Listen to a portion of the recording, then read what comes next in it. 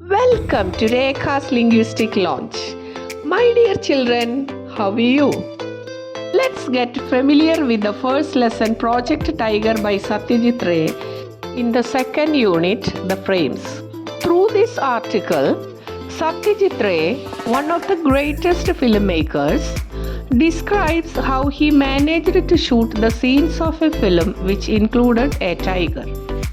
ഏറ്റവും പ്രശസ്തരായ സിനിമാ നിർമ്മാതാക്കളിൽ ഒരാളായ സത്യജിത് റേ തൻ്റെ പ്രോജക്റ്റ് ടൈഗർ എന്ന ആർട്ടിക്കിളിലൂടെ ഒരു കടുവയെ വെച്ച് സിനിമയിലെ ചില രംഗങ്ങൾ ഷൂട്ട് ചെയ്തതിൻ്റെ അനുഭവക്കുറിപ്പാണ് പങ്കുവയ്ക്കുന്നത്.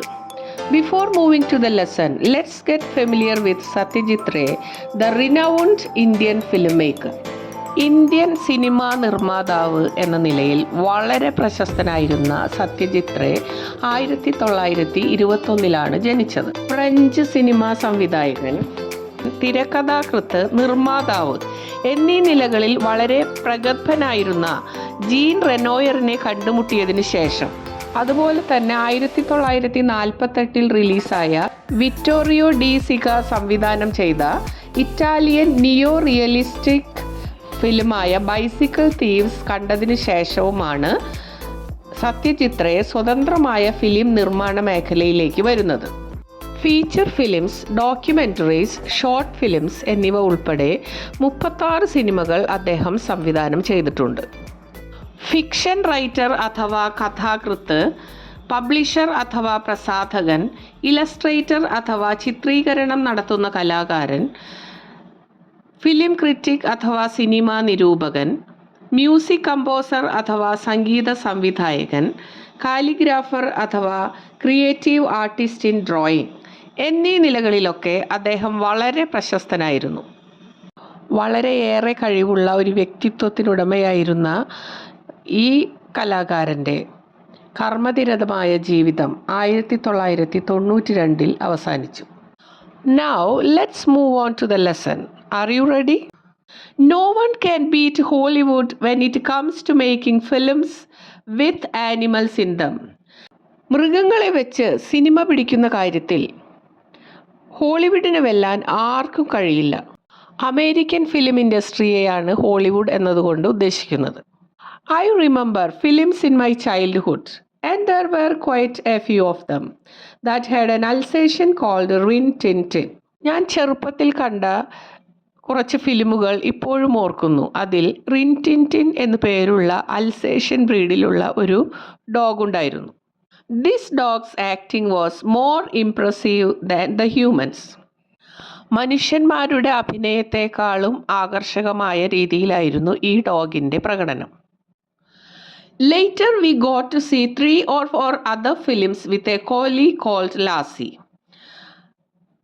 പിന്നീട് ഞങ്ങൾ കോലി വർഗത്തിൽപ്പെട്ട ലാസി എന്ന ഡോഗ് അഭിനയിച്ച 3-4 പടങ്ങളും കണ്ടിരുന്നു.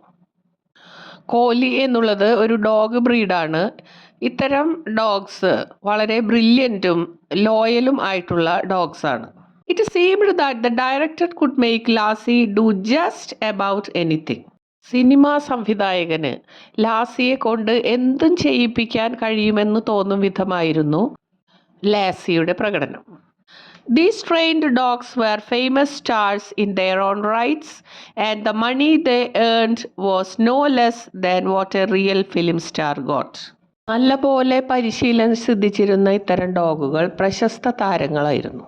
അതുപോലെ തന്നെ വളരെ പ്രശസ്തരായിട്ടുള്ള ഫിലിം സ്റ്റാറിന് ലഭിക്കുന്ന ഇതിലും ഒട്ടും കുറവായിരുന്നില്ല ഇവർക്ക് കിട്ടുന്ന പ്രതിഫലവും. Their owners could easily make as much as 100,000 rupees from just one film.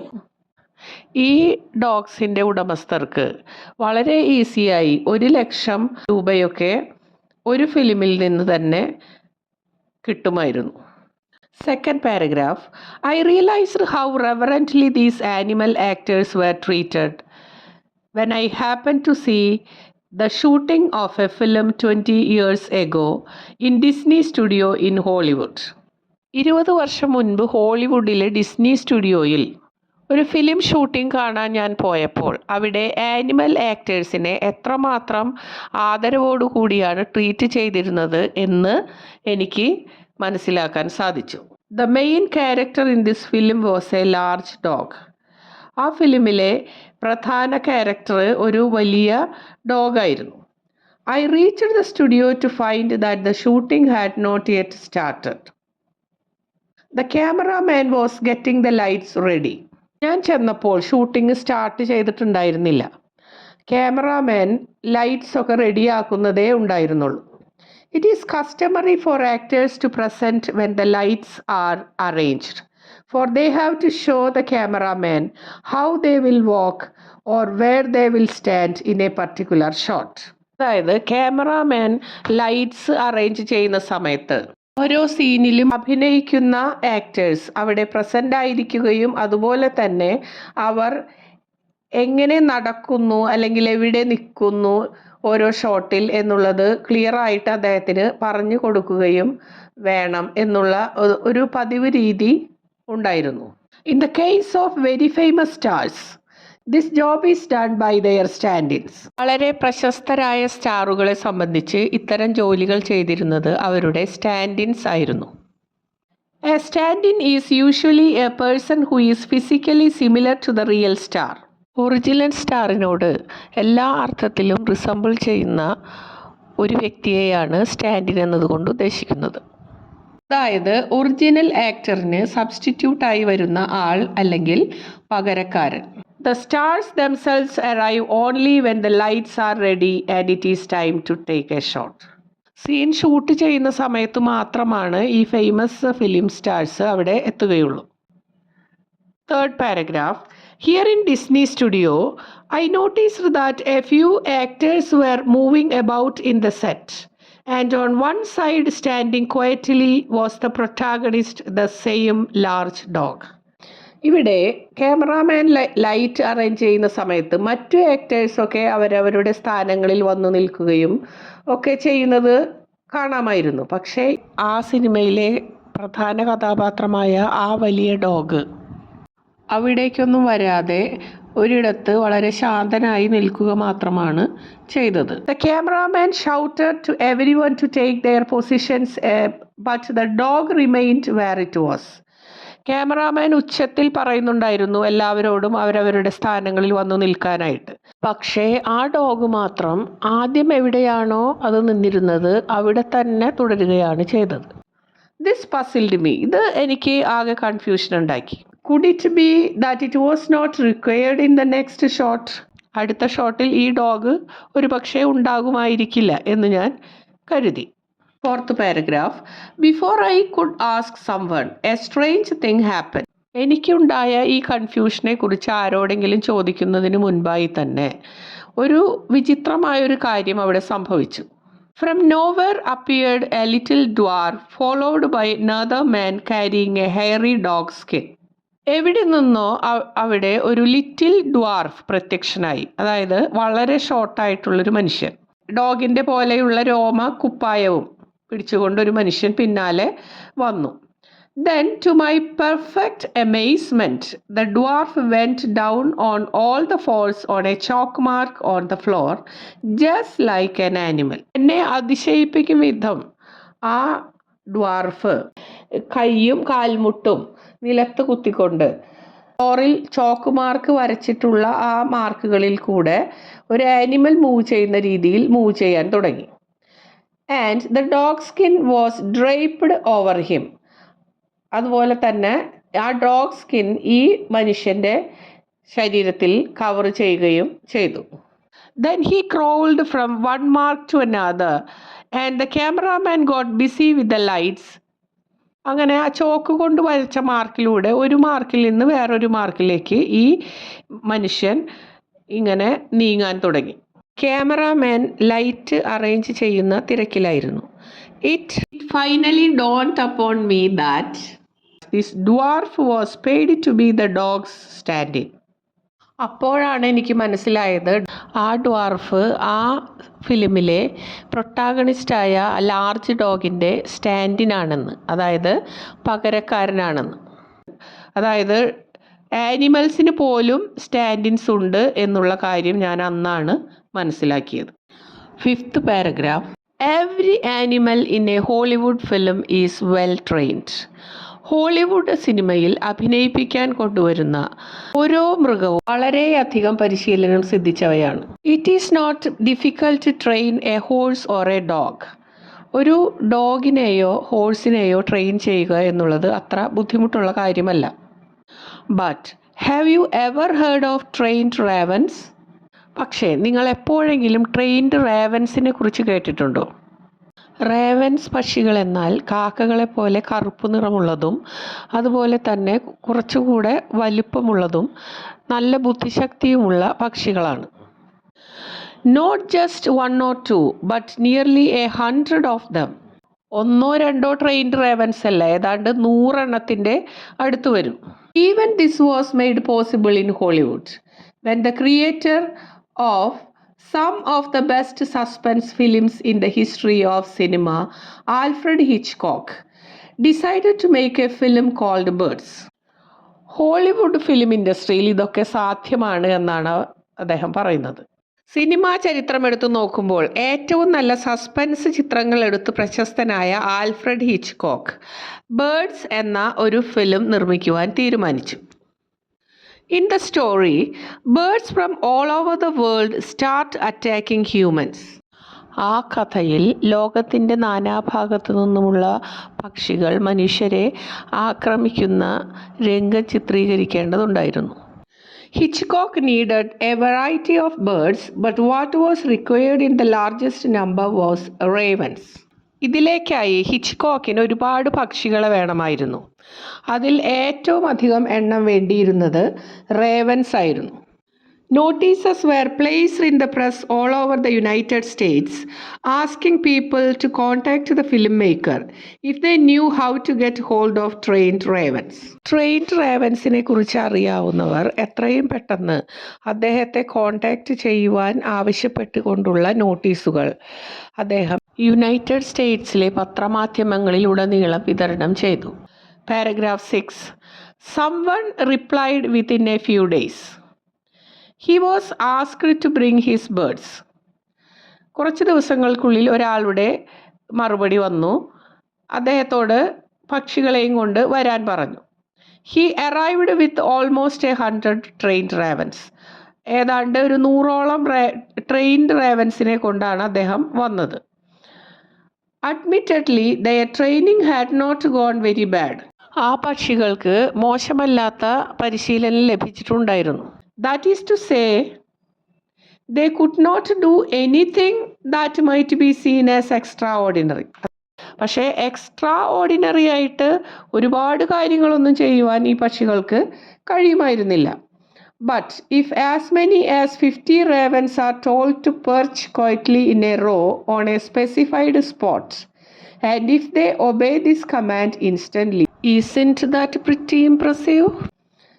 അതായത് ഒരു 50 റേവൻ പക്ഷികളെങ്കിലും ഒരു സ്ഥലത്തേക്ക് നിരനിരയായിട്ട് വന്നിരിക്കാൻ ആവശ്യപ്പെട്ടാൽ അത് അവ അനുസരിക്കുന്നുണ്ടെങ്കിൽ അതുതന്നെ വലിയ കാര്യമല്ലേ. 7th paragraph. Needless to say, in our country, it is not at all easy to find trained animals.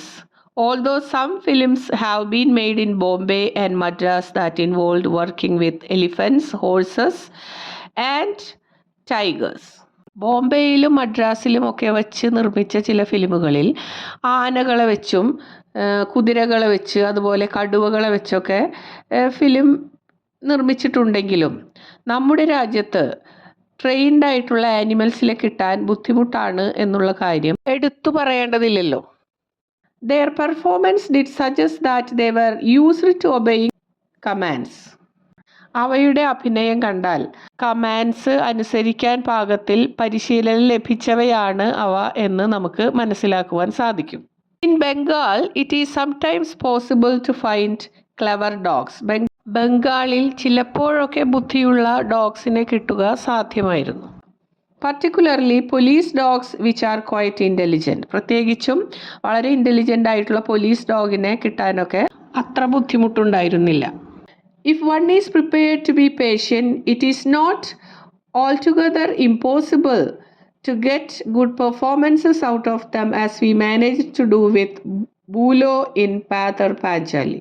അതായത് നമ്മൾ വളരെ ക്ഷമയോടെ നിന്നാൽ ഇത്തരം ഡോഗുകളിൽ നിന്ന് വളരെ മികച്ച പ്രകടനം കാഴ്ചവെപ്പിക്കാൻ സാധിക്കുമെന്ന് പ്രത്യേകിച്ചും പാതർ പാഞ്ചാലിയിലെ അഭിനയത്തിലൂടെ ഭൂലോ എന്ന ഡോഗ് തെളിയിച്ചിട്ടുണ്ട്.